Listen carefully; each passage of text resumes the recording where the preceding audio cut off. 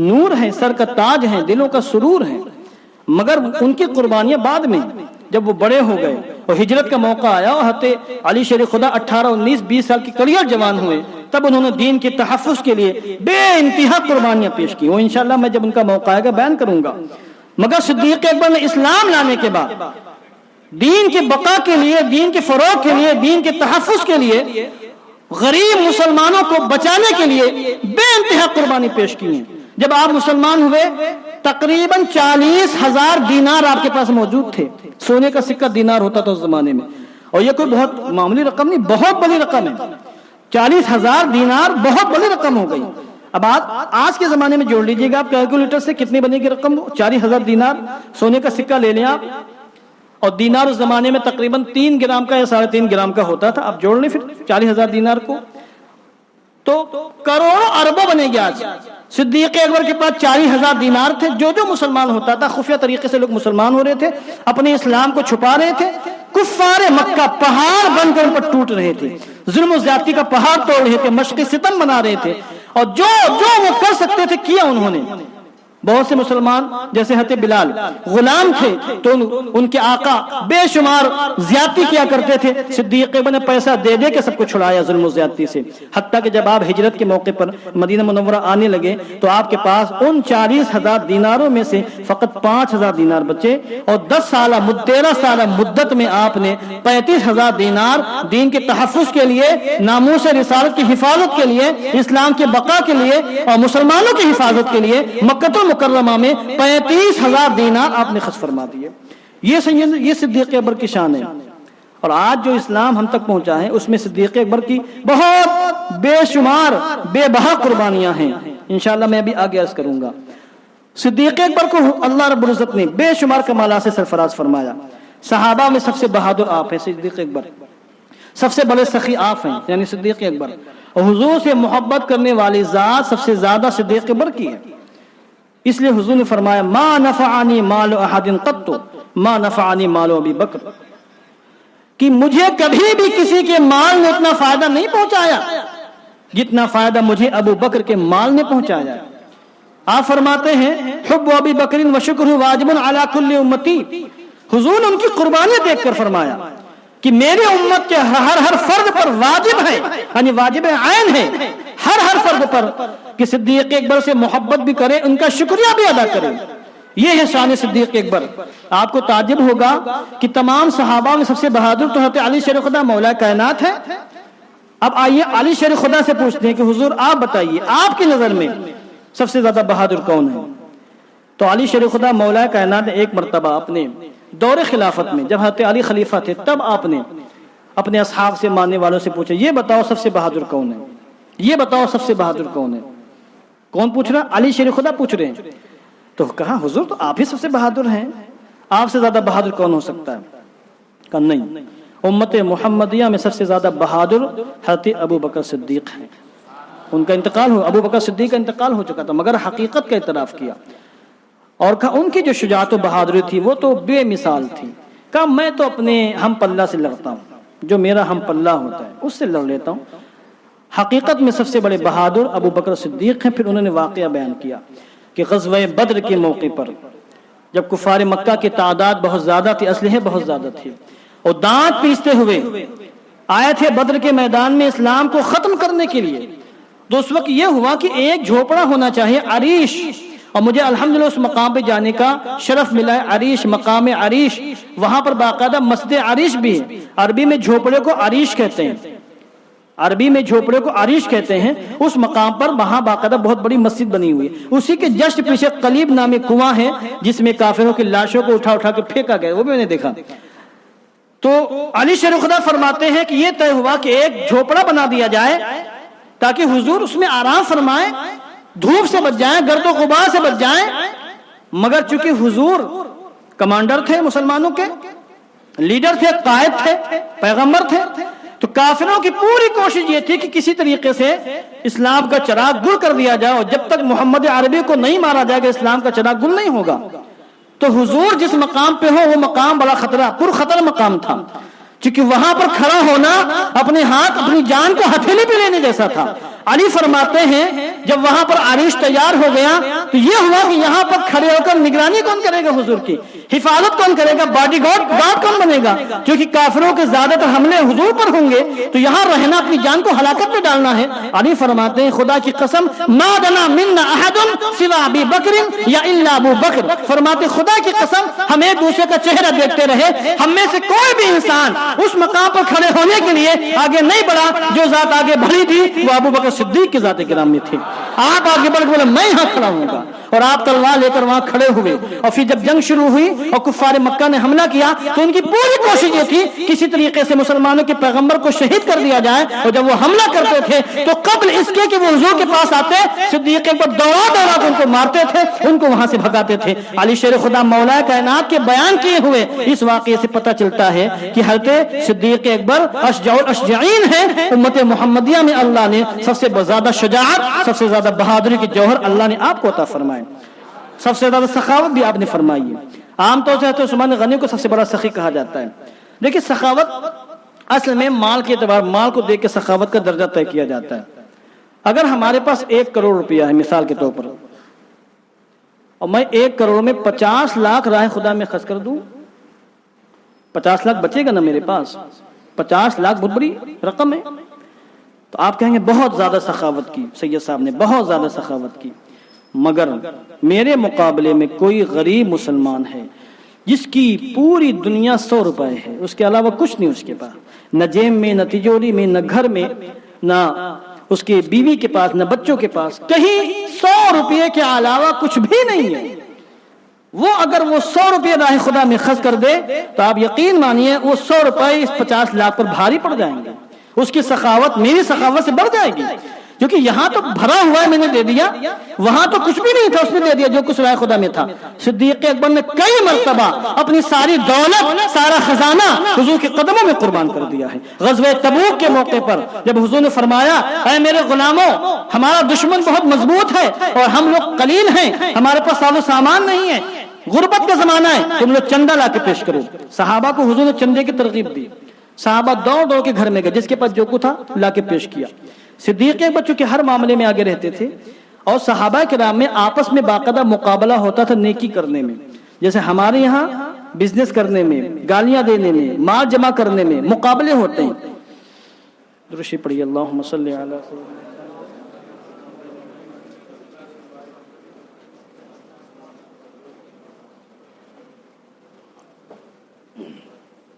ہمارے یہاں جیسے مقابلے ہوتے ہیں ان کے یہاں فلیتنافس المتنافسون، تو اعمال صالحہ میں مقابلہ کرنے والوں کو مقابلہ کرنا چاہیے۔ تو اسی کے پیش نظر صدیق عمر فاروق اعظم بعد میں اپنا واقعہ بیان کرتے ہیں۔ عمر فاروق اعظم کہتے ہیں کہ جب حضور نے غزوہ تبوک کے موقع پر کہا کہ لاؤ چندہ پیش کرو، تو حضرت عمر فاروق اعظم کے پاس اس وقت کافی پیسہ تھا، دولت ان کے پاس تھی، تو بولے آج موقع ہے ان سے آگے نکلنے کا، بہت ہی ہمیشہ آگے رہتے ہیں نا، آج میں ان سے زیادہ رائے خدا میں خرچ کر کے دکھاؤں گا۔ اور گئے دوڑتے ہوئے گھر میں اپنے بیوی سے کہا لاؤ جو کچھ نکالو، گٹھری بنائی، جو کچھ تھا سب نکالا بیوی نے۔ سارا خزانہ نکالنے کے بعد کسی بھی شکل میں تھا، کپڑے کی شکل میں، غلے کی شکل میں، درہم و دینار کی شکل میں، سب جمع کیا بیوی نے، اس کو آدھا کیا، کہا رکھو اس کو بچوں کے لیے، اپنے لیے، میرے لیے رکھو اس کو۔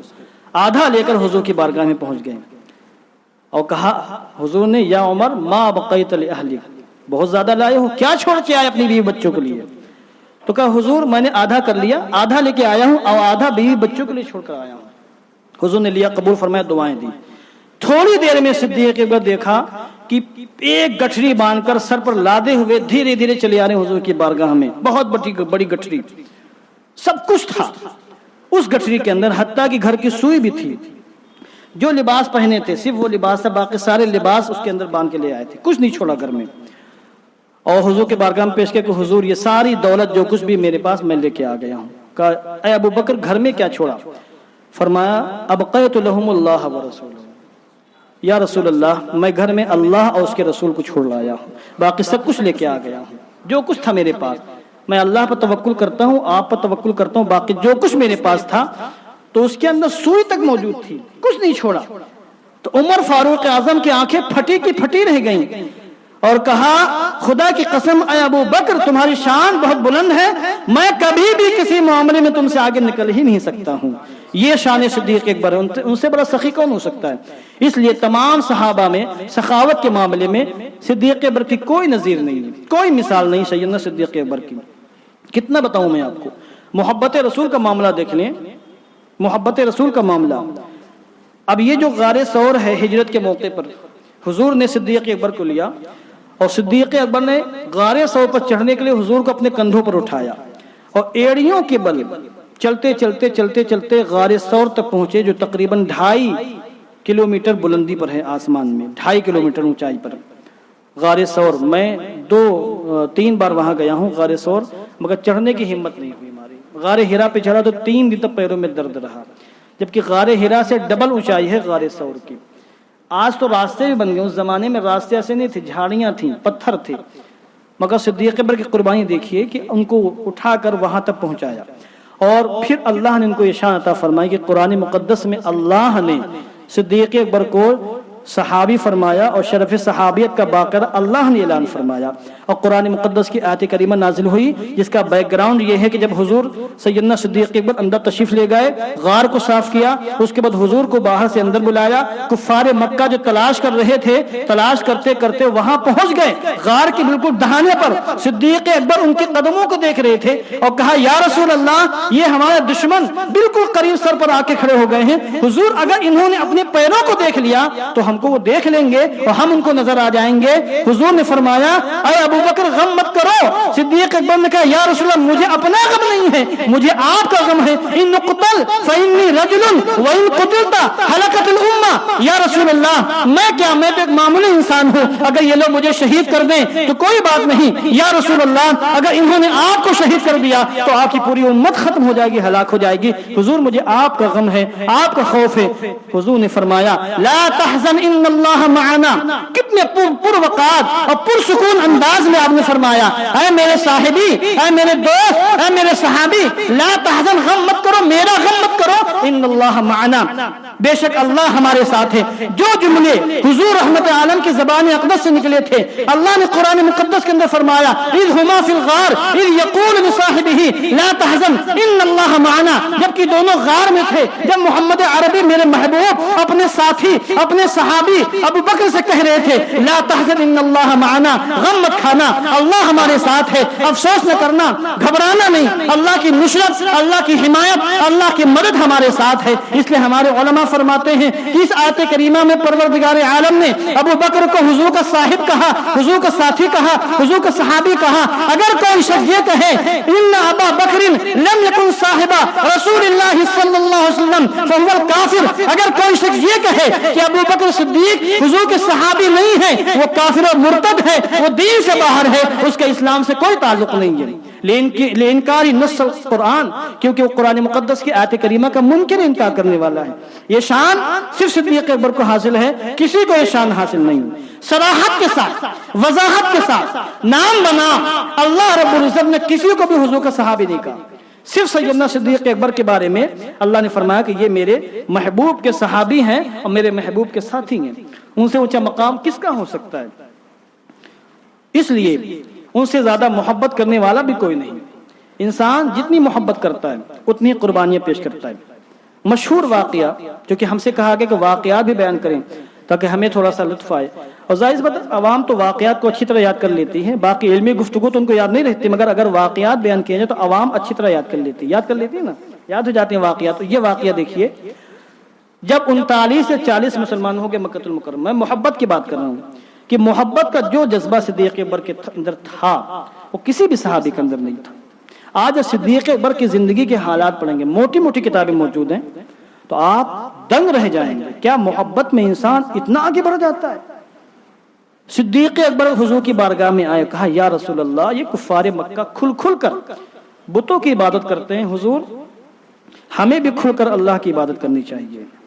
اور حضرت حمزہ مسلمان ہو چکے تھے، ابھی شاید حضرت عمر فاروق اعظم مسلمان نہیں ہوئے تھے، حضرت حمزہ مسلمان ہو گئے، حضرت عمر فاروق اعظم اس کے فوراً بعد مسلمان ہوئے۔ حضرت صدیق اکبر کیا کہہ رہے ہیں؟ اپنے آپ کو ہلاک کرنے والی بات ہے یہ کہ کھل کر اللہ کی عبادت کریں گے، اور کہاں کریں گے؟ حرم میں جا کر، خانہ کعبہ میں، جہاں خانہ کعبہ حرم میں، اور اس وقت جو حرم تھا خانہ کعبہ عمارت بنی تھی چوکور، اور اس کے آس پاس کافروں کی خانقاہیں بنی تھیں. جیسے آپ آج اجمیر شریف جائیں، سرکار غریب نواز کی مزار پاک ہے، اور اس کے آس پاس عمارت میں وہاں کے خادموں کی خانقاہیں ہیں. تو مکۃ المکرمہ میں حرم کے اندر کافروں کی خانقاہیں تھی، چبوترے بنے ہوئے تھے، وہاں بیٹھے رہتے تھے، وہ بتوں کی عبادت کرتے تھے، وہیں بیٹھے گپ شپ کرتے رہتے تھے. تو صدیق اکبر نے کہا حضور ہم وہاں جا کر اللہ کی عبادت کریں گے. حضور نے کہا نہیں ابھی وقت نہیں آیا ہے، ابھی تھوڑا صبر کرتے ہیں. کہا نہیں اب برداشت نہیں ہو رہا ہے. تو حضور نے کہا ٹھیک ہے چلتے ہیں. تمام مسلمانوں کو جمع کیا گیا. صدیق اکبر کا جذبہ ایمانی دیکھیے، حضور کی محبت دیکھیے. تمام مسلمانوں کو صدیق اکبر نے وہاں جمع کیا. صدیق اکبر بھی ہیں، حضور بھی موجود ہے. اور کفار مکہ دیکھ رہے ہیں کہ یہ کیا کر رہے ہیں لوگ، کہاں سے آ گئے اتنے لوگ، کیا کرنے والے ہیں. صدیق اکبر سب کے سامنے کھڑے ہوتے ہیں اور اللہ کا خطبہ دیتے ہیں، اللہ کی حمد و ثنا بیان کرتے ہیں، اور خطبے میں بتوں کی مذمت کرتے ہیں، اسلام کی پر حقانیت کا اعلان کرتے ہیں، حضور کی عظمت و شان بیان کرتے ہیں کفار مکہ کے سامنے، حضور کے خاتم النبیین ہونے کو بیان کرتے ہیں کفار مکہ کے سامنے، قرآن مقدس کی آیت کریمہ پڑھتے ہیں، اسلام کی حقانیت کو بیان کرتے ہیں. اتنا سنا کفار مکہ نے، بس فوراً ٹوٹ پڑے، اور ان کے پاس جو بھی تھے، ڈنڈے تھے، لات گھوسے جو بھی تھے، مسلمانوں کو گھیرا انہوں نے، اور اس کے بعد مسلمانوں کو مارنا شروع کیا.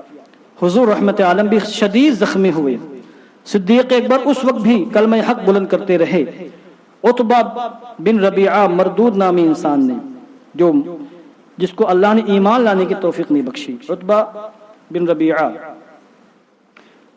اس نے اپنا جوتا نکالا، چمڑے کا جوتا، پرانا بوسیدہ جوتا جس میں کیل بھی لگے ہوئے تھے، اور اس نے حضرت صدیق اکبر چہرے پر مارنا شروع کیا. نتیجہ یہ ہوا کہ آپ کا چہرہ پھول گیا اور آپ کا چہرہ لہو لہان ہو گیا اور آپ بے ہوش ہو کر زمین پر گر گئے.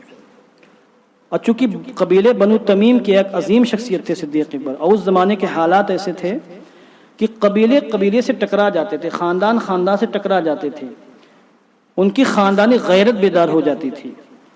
تو قبیلے بنی تمیم اگرچہ مسلمان نہیں تھے، مگر بہرحال یہ ان کے خاندان کے فرد تھے. صدیق اکبر بے ہوش ہو گئے، حضور کو اٹھا کے لایا گیا دار ارقم میں.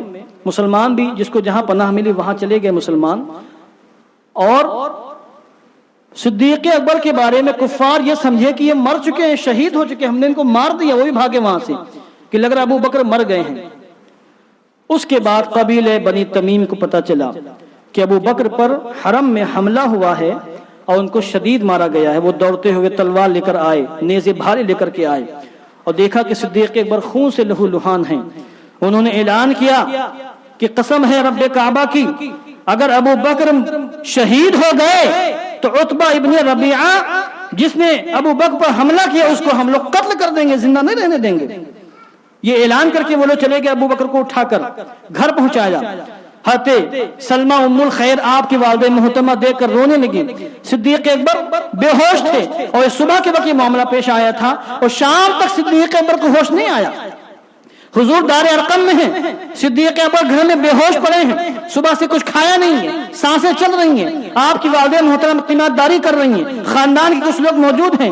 شام کو صدیق اکبر کو ہوش آتا ہے اور دھیرے دھیرے زبان کھلتی ہے، اللہ کا کلمہ بلند کرتے ہیں، اللہ کا نام لیتے ہیں. دیکھتے ہیں کہ والدہ محترمہ کھڑی ہیں، والدہ محترمہ خوش ہو جاتی ہیں. خاندان والے دیکھتے ہیں کہ اب تو ان کو ہوش آ گیا ہے، اب کوئی خطرے کی بات نہیں ہے. وہ لوگ اپنے اپنے گھر چلے جاتے ہیں. شام ہونے والی ہے، والدہ محترمہ کہتی کھانا لاتی ہیں. کہا بیٹا تھوڑا کھانا کھا لو، کچھ پانی پی لو. حضرت ابو بکر صدیق کی محبت دیکھیے، آنکھ کھولنے کے بعد بھوکے ہیں، تکلیف سے کرا رہے ہیں، اپنی فکر نہیں ہے. کہتے ہیں امی جان پہلے بتائیے ہمارے آقا کیسے ہیں، ان کا حال کیا ہے، وہ کہاں ہیں، وہ کس حالت میں ہیں، اس کیفیت میں ہیں. ماں مسلمان نہیں تھی اس وقت، ماں کافر تھی. ماں نے دیکھا کہ جن کی وجہ سے اتنی تکلیف آئی ہے انہی کا نام لے رہے ہیں. ماں نے کہا تم ابھی بھی ان کا نام لے رہے ہو، اگر وہ نہ ہوتے تمہیں تکلیف کے دن دیکھنے نہ پڑتے, بیٹا کھانا تو پہلے کھا رہو, ان کے بارے میں معلومات حاصل کر لی جائے گی. انہوں نے کہا ماں وہ میرے محبوب ہیں, جب تک میں ان کا چہرہ نہیں دیکھ لوں گا ان کی حالت معلوم نہیں ہو جائے گی, میں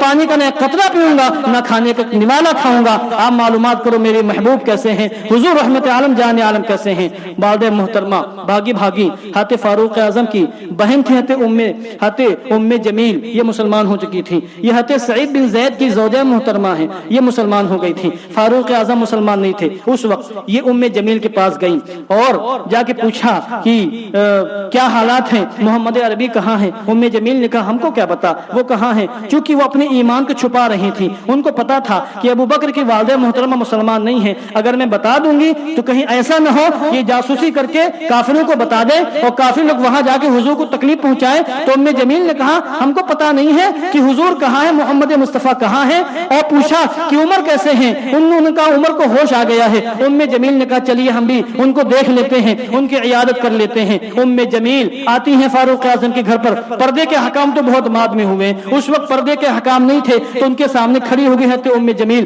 فاروق اعظم کا چہرہ دیکھا, بالکل سوجا ہوا ہے, جگہ جگہ سے پھٹا ہوا ہے, منہ سے خون جاری ہے. فاروق اعظم کو دیکھا تو ام جمیل دہاڑے مار مار کر رونے لگی اور آپ کی آنکھوں سے آنسو جاری ہو گئے. صدیق اکبر نے اشارے سے پوچھا بتاؤ حضور کہاں ہیں, حضور کی حالت کیسی ہے. انہوں نے اشارے سے کہا کہ آپ کی والدہ کھڑی ہیں, یہاں مت پوچھیے, اگر میں بتا دوں گی تو آپ کی والدہ کہیں جاسوسی کر کے کسی سے بتا نہ دے. حضرت فاروق اعظم نے کہا یہ میری ماں ہے, یہ میری ماں ہے, آپ بتائیے ان سے خطرے کی کوئی بات نہیں ہے. ام جمیل نے کہا حضور رحمت عالم خیریت سے ہیں, وہ دار ارقم میں ہیں, وہاں مسلمان موجود ہیں اور حضور بھی وہاں آرام سے ہیں, اس وقت ان کو کوئی تکلیف نہیں ہے. اس کے بعد ان کی ماں نے کہا بیٹا اب تو تم کو پتا چل گیا ہے, اب تو کھانا کھا لو, اب تو پانی پی لو.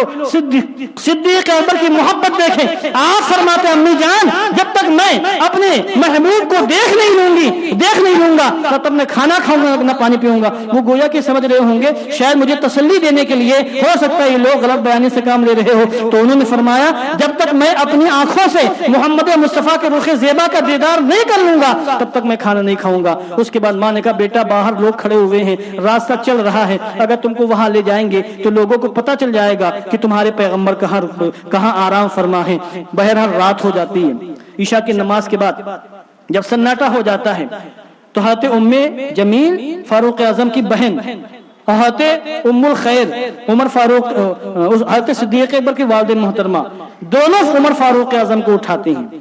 دونوں اٹھا کر رات کی تاریکی میں ایک کندھے پر ان کا ہاتھ ہوتا ہے, دوسرے کندھے پر ان کا ہاتھ ہوتا ہے, اور دونوں اٹھا کر سیدنا صدیق اکبر رضی اللہ تعالیٰ عنہ کو دار ارقم میں پہنچاتے ہیں. دار ارقم رضی اللہ تعالیٰ عنہ کا مکان تھا, وہاں حضور اندر آرام فرما تھے. صدیق اکبر رضی اللہ تعالیٰ عنہ نے دروازہ کھٹکھٹایا. صحابہ کرام نے دروازے کی دراز سے دیکھا کہ عمر فاروق, دیکھا کہ صدیق اکبر ہیں. اس کے بعد دروازہ کھولا گیا. حضور رحمت عالم جان عالم حضور کی بارگاہ میں جاتے ہیں اور آپ کے قدموں میں گر جاتے ہیں اور آپ بے تحاشا روکتے ہیں. حضور رحمت عالم جان عالم بھی اپنے عاشق زار کو اپنے سینے سے لگاتے ہیں. اس وقت عجیب منظر تھا کہ صدیق اکبر کی آنکھوں سے بھی آنسو جاری ہیں اور حضور رحمت عالم کی آنکھوں سے بھی آنسو جاری ہیں. حضرت ام جمیل بھی رو رہی ہیں, ام الخیر بھی رو رہی ہیں. وہاں جتنے صحابہ موجود تھے سب کی آنکھوں سے آنسو جاری ہیں. حضور رحمت عالم جان عالم کی محبت میں صدیق اکبر نے اپنے آپ کو ہلاکت میں ڈالا اور جب تک حضور کو دیکھ نہیں لیا آپ نے کھانے پینے سے انکار کر دیا اور آپ نے اپنے اس عمل سے کفار مکہ کو گویا کی یہ پیغام دے دیا کہ جو جان مانگو تو جان دیں گے, جو مال مانگو تو مال دیں گے, مگر یہ ہم سے کبھی نہ ہوگا, نبی کا جاہو جلال دیں گے. یہ حضرت صدیق اکبر کی محبت تھی. تو محبت صدیقی کے معاملے میں تمام صحابہ میں کوئی بھی شخص صدیق اکبر کا مقابلہ نہیں کر سکتا ہے. صدیق اکبر تمام صحابہ میں سب سے افضل اسی لیے ہیں کہ آپ سب سے بہادر ہیں, آپ سب سے زیادہ سخی ہیں اور آپ نے سب سے زیادہ دین کے تحفظ کے لیے, دین کے بقا کے لیے قربانیاں پیش کی ہیں اور آپ نے حضور کی محبت کے ایسے مظاہر پیش کیے ہیں جو ہمیں کسی اور صحابی میں نظر نہیں آتے. مگر افسوس ایسی عظیم ہستی آج سنی مسلمان ان کے بارے میں کچھ جانتے نہیں ہیں. سنی مسلمانوں کو ان کے بارے میں کچھ پتہ نہیں ہے. جتنا صدیق اکبر کے بارے میں معلومات حاصل ہونی چاہیے, ہمارے نوجوانوں کو ان کے بارے میں اتنی معلومات نہیں ہے. نہ ان کی عظمت پتہ ہے, نہ ان کی شان پتہ ہے, نتیجہ یہ ہوتا ہے کہ بد مذہبوں کی صحبت میں رہ کر، رافضیوں کی صحبت میں رہ کر، تبرہ بازیوں کی صحبت میں رہ کر، یا ذاکروں کا بیان سن کر، یا تفضیلیوں کی صحبت میں رہ کر وہ یہ سمجھنے لگ جاتے ہیں کہ صدیق اکبر کو کوئی خاص مقام حاصل نہیں ہے، ان کی کوئی خاص اہمیت نہیں مذہب اسلام میں، جو کچھ ہیں وہ سب کے سب حضرت علی مولا کائنات ہی ہیں، باقی ان کے مقابلے میں کوئی صحابی نہیں ہے۔ حالانکہ ایسا نہیں ہے، صدیق اکبر کو بہت اونچا مقام حاصل۔ جب آپ خلیفۃ المسلمین بنے تو اس وقت ایسے فتنے پیدا ہوئے کہ صحابہ فرماتے ہیں کہ صدیق اکبر نہ ہوتے تو کوئی اور ان فتنوں کا مقابلہ نہیں کر سکتا تھا۔ اب وقت ختم ہو رہا ہے ورنہ میں تفصیل سے بتاتا آپ کو کیسے کیسے فتنے پیدا ہوئے۔ حضور کے انتقال کے بعد بہت سے قبیلے حضور کے زمانے میں مسلمان ہو گئے تھے پیسے کے لیے، دنیا کمانے کے لیے۔ جب حضور کا انتقال ہو گیا تو مرتد ہو گئے کہ اب کیا، اب تو اسلام ختم، وہ اسلام کے دشمن ہو گئے۔ بہت بڑے بڑے فتنے، ایک طرف مسلمہ کذاب نے نبی ہونے کا اعلان کیا، 40 سے 45 ہزار فوج اس کے ساتھ جمع ہو گئی۔ بہت سے قبیلوں نے زکوٰۃ دینے کے سے انکار کر دیا اور کہا ہم نماز پڑھیں گے زکوٰۃ نہیں دیں گے۔ بہت سے ایسے اور قبیلے تھے جن کی منشا یہ تھی کہ مدینہ پر حملہ کر دیا جائے تاکہ اسلام کا خاتمہ کر دیا جائے۔